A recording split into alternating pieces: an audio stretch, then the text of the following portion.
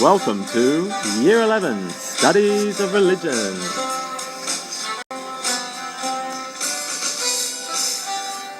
Term 1, Part 1, The Nature of Religion. Year 11, we need you now to think about what this may mean. What is the nature of a religion? That is, what are its components? What are religions made up of? What do they all have in common?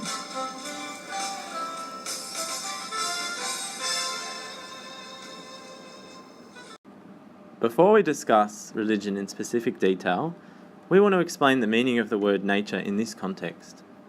If we were to ask the question, what is the nature of a plant? We really mean, what elements define an object as a plant?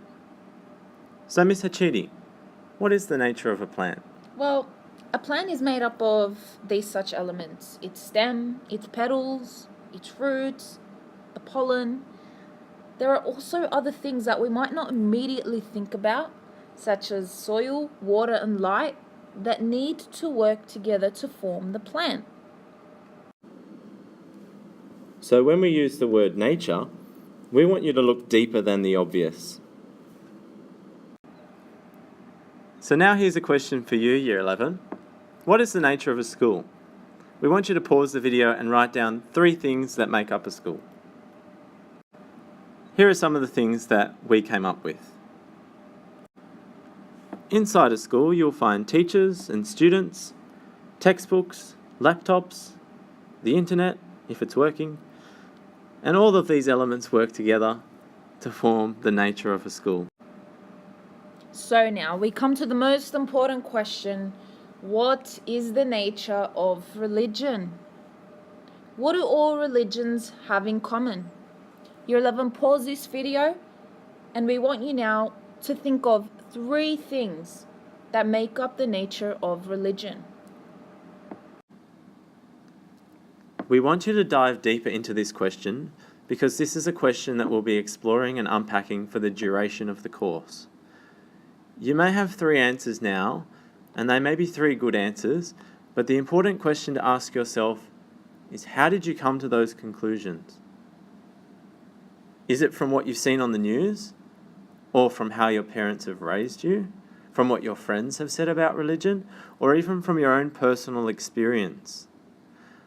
One thing that's really important to know, which we hope shapes your understanding of this subject a little bit better, is that in studies of religion, we study religion as a phenomenon. You are an outsider looking inwards at a religion, and you are studying it just like a scientist studies a comet flying in the night sky. In saying that, we need you to look at religion objectively. That is, to not be influenced by your own personal feelings or faith journeys so far. It is not a subject that is trying to get you to convert to a particular religion, but rather it's a subject that is trying to help us understand the makeup of all the religions around us. So in order to understand the religions that are directly around us, we've provided you a link that you can find below. We want you to pause our video and watch the 90-second clip that you'll find when you click on that link.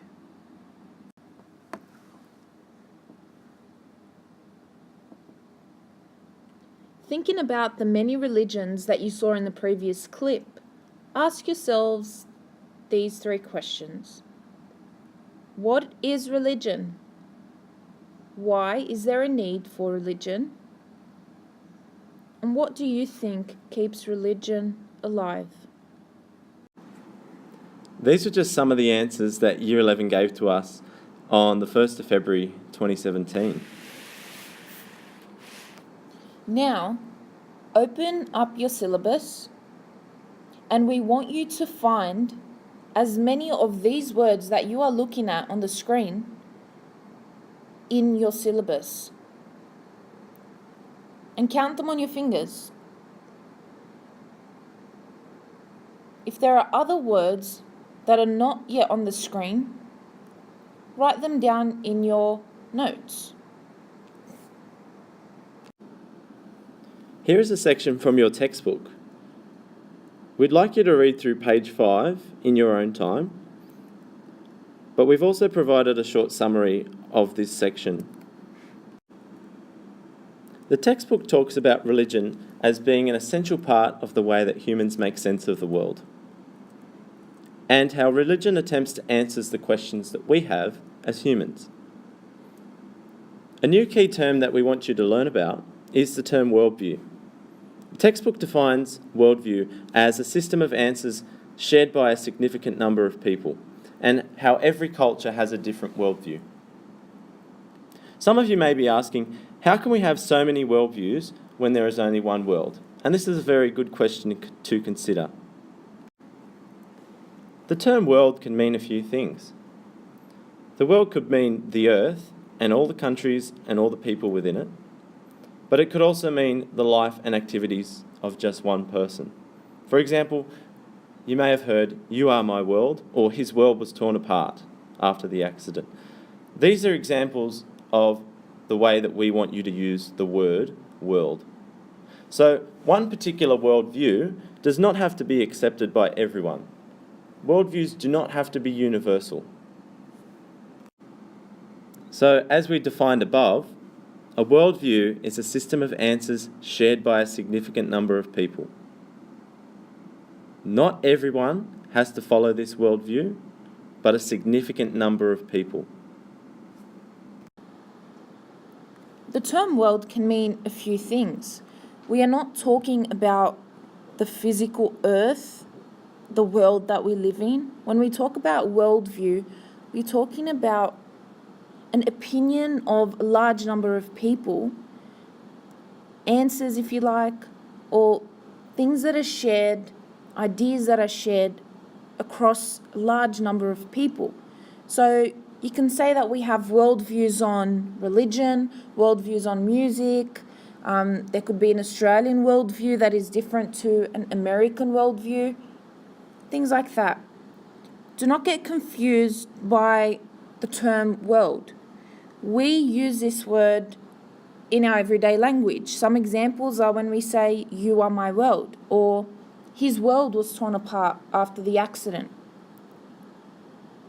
But in terms of this study, we need to focus on the word worldview, which is a system of answers shared by a significant number of people.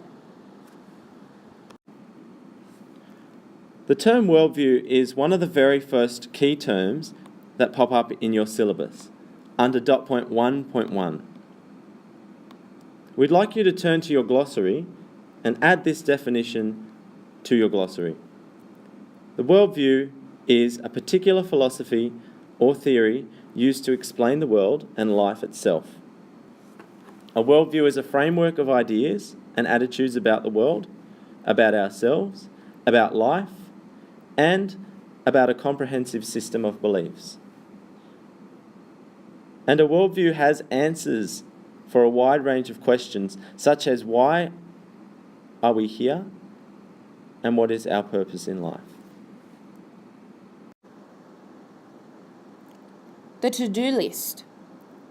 You need to define the supernatural dimension, discuss a transcendent religious worldview which has a belief in a divine power and or powers beyond the human, and discuss an immanent religious worldview which has a belief in a divine being or powers dwelling within the individual. You will see that there are two colors used to highlight particular words. The yellow words are glossary words that are at the back of your booklet. You will need to add these at the back of your booklet. The green words are Board of Studies keywords. These are also at the back of your booklet.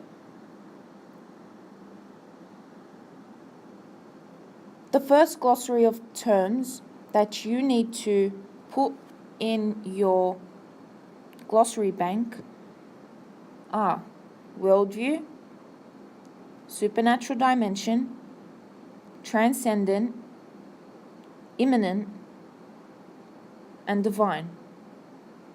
Have a look at the next couple of slides to complete these definitions. So we've spoken about this term worldview as being a particular philosophy or theory used to explain the world. And if you've ever seen the movie Forrest Gump, you would have heard the quote, "Life is like a box of chocolates. You never know what you're gonna get." And I suppose this is Forrest's way of explaining the world around him. There are many other philosophies or theories that we can have about the world around us and about our life. Some examples are given there on the screen, so take a moment to just read those. But we want you to think about, are any of these quotes religious? Because two of them are.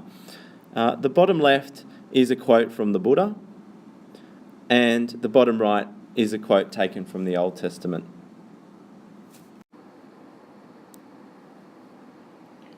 A worldview is a framework of ideas and attitudes about the world, ourselves, life itself, and a comprehensive system of beliefs. Let's take a look at this clip in Aladdin. We need you to, under the description of this video, click on the link and watch the video on Aladdin.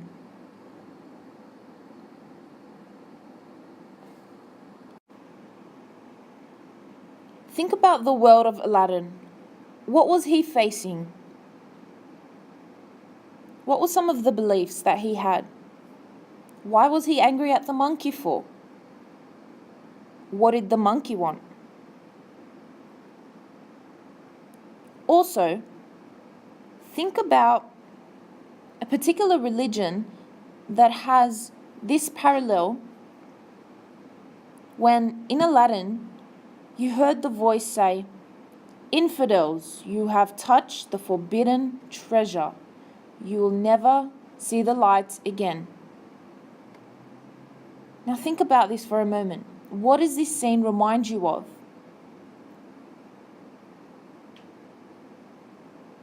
If you thought of the creation story of Adam and Eve and the forbidden tree of knowledge, then you are correct. Aladdin here is trying to show us Christianity's worldview response to why good and evil exists in our world.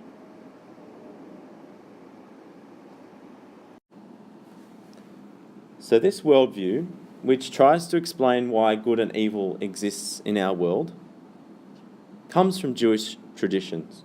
I recognise this story as a Christian, but it comes from a Jewish tradition. And it's not only shared by Jews and Christians, but it is also shared by Muslims as well. Okay, Year 11. Now we come to this part of the definition, worldview. Worldview comes with answers for a wide range of questions that we may face in our lifetime, such as, what are humans? Why are we here? What is our purpose in life? I'm only in year 12.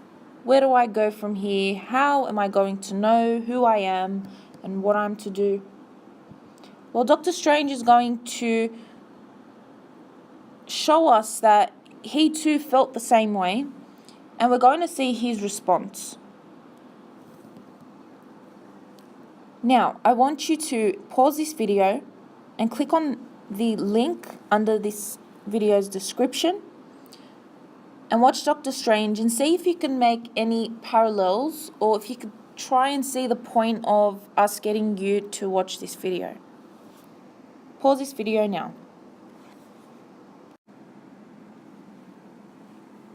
One of the first things that you hear in this clip is the quote, "You think you know how the world works. The reality that you know is one of many."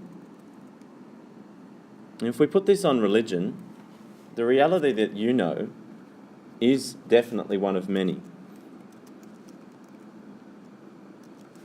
The other thing that's said is that not everything has to make sense. And especially when you're just starting year 11, not everything has to make sense. But even those that are practicing their faith or practicing a religion, do we think that everybody has made sense of everything and every part of that religion. It would be really silly to think that. And it's definitely true that not everything makes sense, even to those that are believers and adherents of a religion.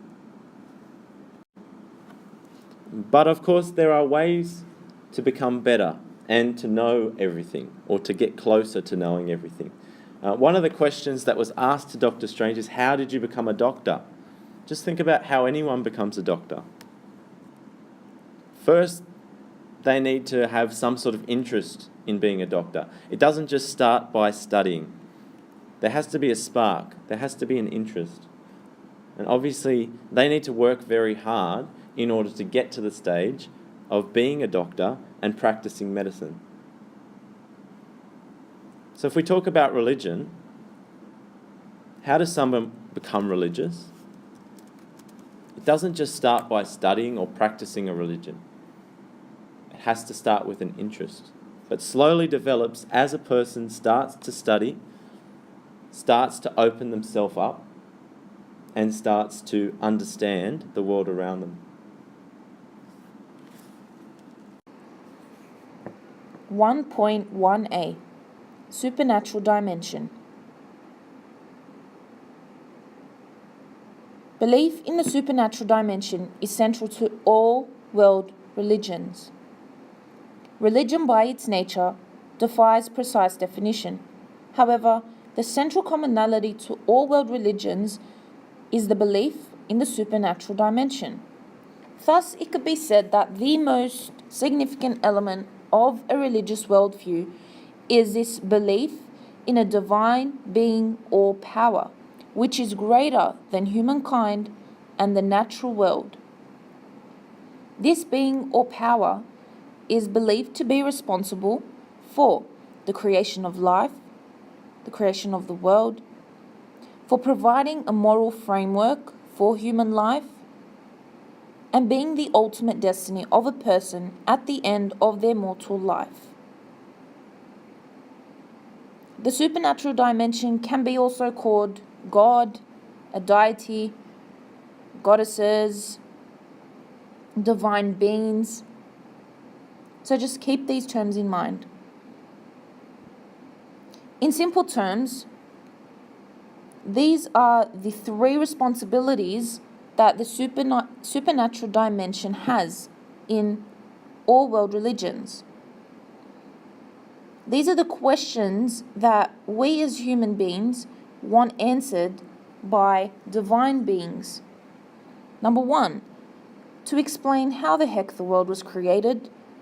Our human mind alone cannot reason with the phenomena of such great creation. We cannot fully understand how things came into being. So the first is creation of the world.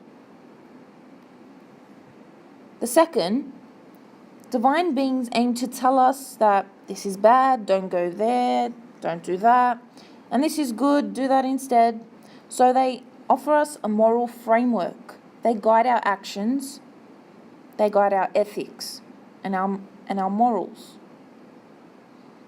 Number three, to understand where we go, if we go anywhere after we die.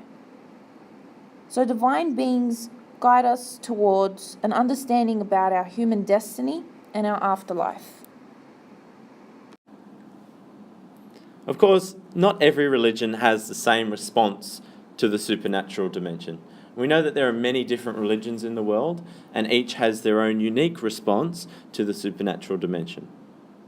If we look at the Semitic religions, Judaism, Islam, and Christianity, these three religions believe that the supernatural dimension is a single divine being or power. This belief is known as monotheism, and this is one of the glossary words that we'd like you to look at.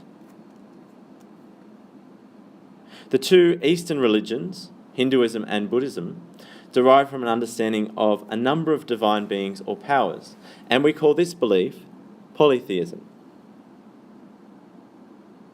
Despite these differences, the beliefs in the existence of beings or powers beyond the realm of the natural world is an important element of a religious worldview. Click on Toy Story and try and think of how this video can relate to monotheism. Pause this video now to click on the link under the description and think about the idea of monotheism. You would have recorded hearing these quotes. "The claw is our master. The claw chooses who will go and who will stay." In Toy Story, the claw is the one God that the aliens worship. Just like the three religions, Judaism, Christianity, and Islam, they are known as Semitic religions because they all believe in the same one God whom they all worship. Another line in Toy Story was, "Farewell, my friends, I go on to a better place." This shows us that the supernatural dimension has a responsibility of explaining the afterlife and human predestination, where we go after we die on this earth. This is a transcendent worldview, which we will discuss on the other slides to come. Now, on the right-hand side, click on the link under the description to watch this video that portrays polytheism and try to see the differences. Pause this video now.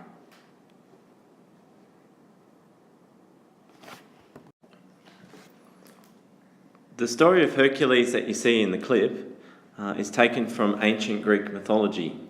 So an ancient Greek religion where there are many gods. So we have multiple gods in this situation. We have a couple there listed: Zeus, the god of the sky; Hera, his wife. We have Hermes, the messenger of the gods; Narcissus, god of vanity, and the list goes on. There's, as you can see in the little image we've got there are many, many more gods that are living there in Olympus. Now, this represents one polytheistic worldview. We talk about Buddhism and Hinduism as being as closely linked to the syllabus. So don't use this example from Hercules in an exam. Similarly, don't use the example from Toy Story, but try to use the subject-specific and the syllabus requirements that we're giving you. So when we talk about monotheism, we talk about the Semitic religions, and when we talk about polytheism, we look at the Eastern religions of Buddhism and Hinduism. So here's just a short summary of monotheism and polytheism. For monotheism, we look at Christianity, Islam, and Judaism, and they all believe in one God, and that's only one God. But with polytheism, we have Buddhism and Hinduism, and some other ancient religions, and they believe in multiple gods, typically many, many, many, many gods. Activity questions. Students, please look over all the other slides so far so that you can answer these 2 questions. You must complete these questions in your religion exercise books, so and I will be checking that. So question 1, develop your own definition of the supernatural dimension. When we are defining, we are also stating the elements of the supernatural dimension. We are not just stating the meaning, but the elements, the things that make up our understanding of the supernatural dimension. Question 2, discuss how the supernatural explains the elements of existence that occur beyond the natural world. So in question 2, you can talk about suffering, good and evil, creation, and how things came into being. So just think about those things. 1.1b and c in the syllabus, you will see that it talks about immanent and transcendent. In the next few slides, we'll attempt to explain these.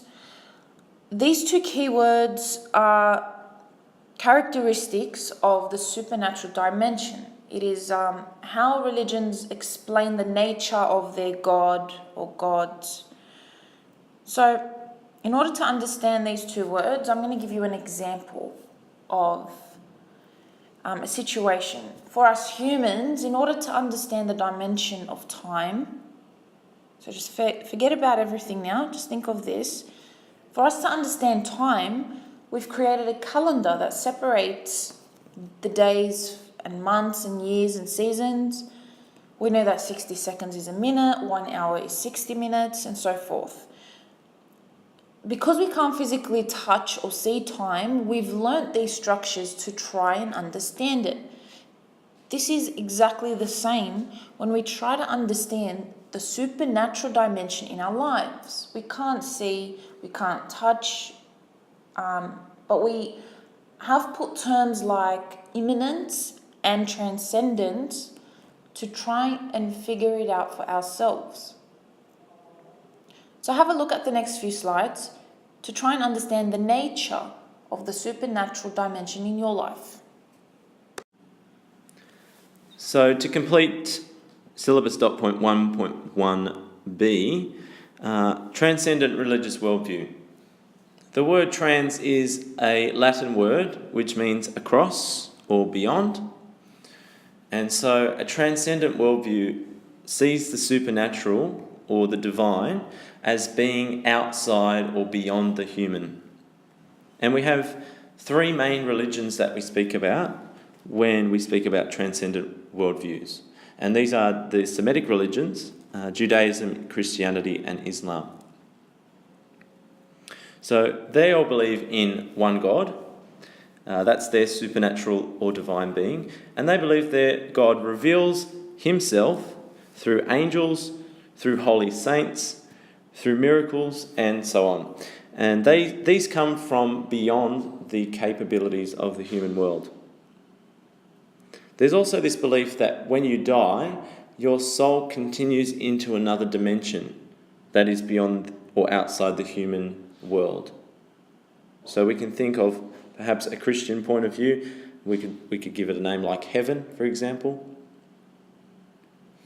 And lastly, while these adherents are here on earth, they seek guidance from the spiritual being outside of the human world. Okay. In contrast to a transcendent religious worldview, an immanent worldview is when the supernatural, the divine being, is dwelling within the human on earth. The Eastern religions like Hinduism and Buddhism emphasize finding truth from within the human spirit. So transcendence is outer, immanent is in, so it's within. Just a quick way to remember these two. Example of how Buddhists find truth within is through the Eightfold Path prescribed by the Buddha in order to reach enlightenment and discovery. When you die, your soul continues to dwell within the existence of your present world, such as the idea of reincarnation. Seeking guidance will come from these spiritual beings within the human world. So you can see that there are differences between immanent and transcendent. Always, if you ever get confused, just look at the word immanent. It sounds like in, so inside, and transcendent is the opposite, it's outside the human world. So going back to our Disney theme, we've got two clips for you to watch. Can you pause the video now and take a look at these two videos? The links are in the description. So in the clip from The Lion King, we see one example of a transcendent worldview, or one way to show this transcendent worldview. because we see Mufasa in the clouds. And that to us indicates that when you die, your soul continues to live in another dimension, but one that's beyond and outside the human world. So it uses some very, particularly Christian and Semitic religious imagery of our understanding of heaven. Okay. Whereas if we compare that to the clip from Moana, this idea is an immanent worldview. So when you die, your soul continues to dwell within the existence of the present world. And there's this understanding of reincarnation. As the grandmother says in Moana, "When I die, I'm going to come back as one of these stingrays." So for some faith traditions, reincarnation is a way to explain where the soul resides after death. So these two clips really compare how the transcendent worldview and the immanent worldview see predestination, or in other words, what happens to you when you die. However, if we speak about this idea of seeking guidance from spiritual beings, in an immanent worldview, this is sought from spiritual beings within the human world, and in a transcendent worldview, this is sought from spiritual beings outside of the human world. So pause the video now, have a look at those two links that we've given you, and try to compare those two worldviews. So in the first video, Pocahontas, these two quotes really show us the idea of seeking guidance from within the human world. Pocahontas asks, "What is my path? How am I going to find it?" And then the spirit tells her, "Spirits live in the earth. If you will listen, they will guide you." In the second video, seeking guidance from a spiritual being outside the human world is shown in this quote. "These are the family guardians. They protect the family." In Milan, we hear the word guardian many times. So for Christians, from a Christian perspective, this brings us to think about the belief in saints that guard its adherents here on earth. So we can see the connection between guardians and saints in order to explain the idea of transcendence. So now that we've given you these 4 examples, we want you to go back through those definitions, paying particular attention to the words beyond the human when we talk about the transcendent worldview, and looking specifically at the words dwelling within the human when we talk about the immanent religious worldview. Activity 2. Complete this in your religion exercise books. Number 1. Define transcendence and immanence. Before you do this, I want you to look at the word define. Turn to the Board of Studies terms that's in your booklet. Read through what the word define actually requires us to do in this question. Number 2. How does Christianity illustrate transcendence? Give an example and explain. Number 3. If you had a divine power within you, meaning an immanent power, what would you use it for? Think about these ideas, maybe healing, prophesying the future, spiritual gifts like walking on water. Write that down. So this brings us to the end of the first syllabus dot point, 1.1, which sees religion as a worldview that acknowledges the supernatural dimension, firstly, and a worldview that has a belief in a divine being or a power that is beyond the human or that is dwelling within the human. So just remember, when you are completing the HSC, it's really good practice to use key terms such as the supernatural dimension, such as a transcendent worldview, and an immanent worldview. And we hope this video is really, really helpful for when you need to go back over these notes. Thanks.